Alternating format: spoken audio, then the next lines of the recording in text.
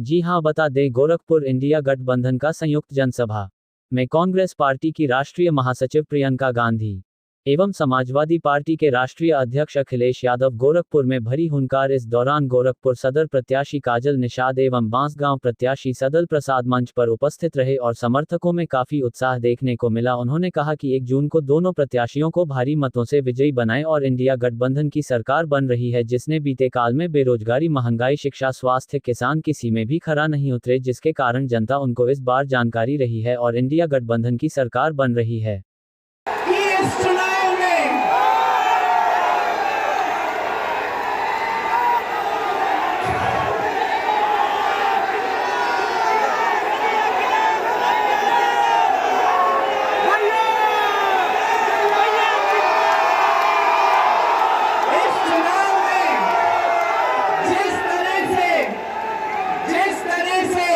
Congress party और Samajwadi party ने इस गठबंधन के साथ जिस तरह से एकजुटता से काम किया है, जिस तरह से हम इस चुनाव को लड़े हैं, उसी तरह की जीत आप बना के दिखाइए।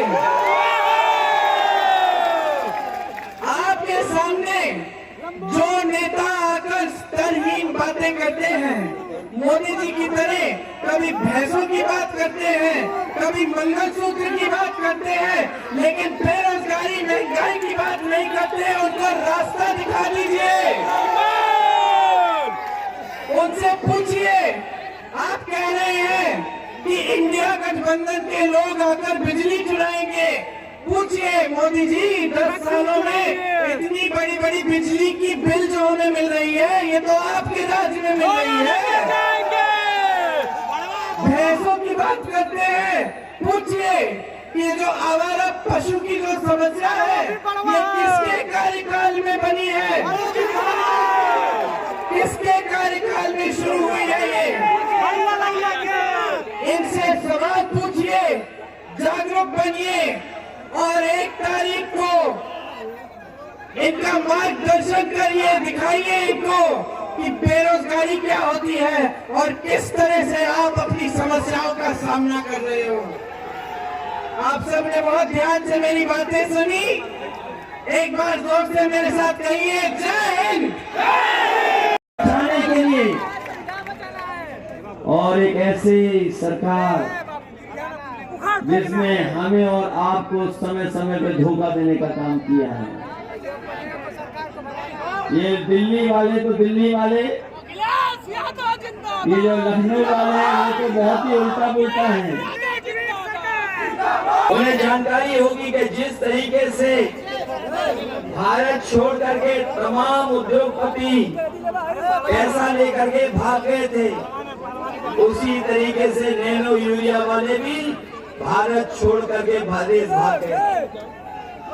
इन्होंने जहां किसानों को धोखा दिया, वहीं हमारे नौजवानों के भविष्य के साथ खिलवाड़ की है और भविष्य के साथ इतनी बड़ी खिलवाड़ हुई है कि यही नौजवान जब परीक्षा लिखने गया, अपनी तैयारी कर करके उसे उम्मीद थी कि उसे नौकरी मिल जाएगी, रोजगार मिल जाएगा, लेकिन भारतीय जनता पार्टी की सरकार में जो जो परीक्षा हुई है, सबके पेपर लीक हो गए हैं।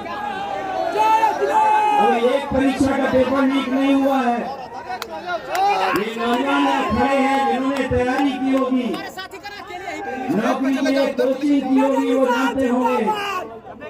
अभी तक 10 से ज्यादा जो परीक्षाएं सरकार ने कराई हैं, वो सबके पेपर था, तो उसे पता लगा कि उसकी भी परीक्षा का पेपर लीक हो गया। मैं अपने नौजवानों से कहना चाहता हूं, ये सरकार वो है जो डराने के लिए अपना बुलडोजर लेकर के आती है। अगर गरीब है तो बुलडोजर उसके घर पर चला देते हैं, अन्याय के लिए बुलडोजर लेके आ जाते हैं। लेकिन बताओ नौजवान साथियों, अगर एक भी परीक्षा का पेपर लीक करने वाले के ऊपर अगर कोई बुलडोजर चला हो तो बता दो हमें। इसलिए मैं आपसे कह रहा हूं, ये सरकार ने पेपर लीक हुए नहीं हैं, पेपर लीक कराए हैं जिससे नौजवानों को नौकरी मिल जाए। और जाकर के घर सोचना कि जो पेपर लीक हुए जिससे आपके सालों साल खराब हुए, आपका जीवन का 1/3 जीवन बर्बाद किया है। इसलिए मैं आप नौजवानों से अपील करने आया हूं कि इस चुनाव में मदद करो समाजवादियों के और इंडिया गठबंधन की, क्योंकि ये चुनाव केवल आपके हमारे भविष्य का नहीं है, ये हमारे आपके आने वाली पीढ़ी के भविष्य का चुनाव भी है। जहां हमारे आपके भविष्य का चुनाव है, पीढ़ी के आने वाली भविष्य का चुनाव है।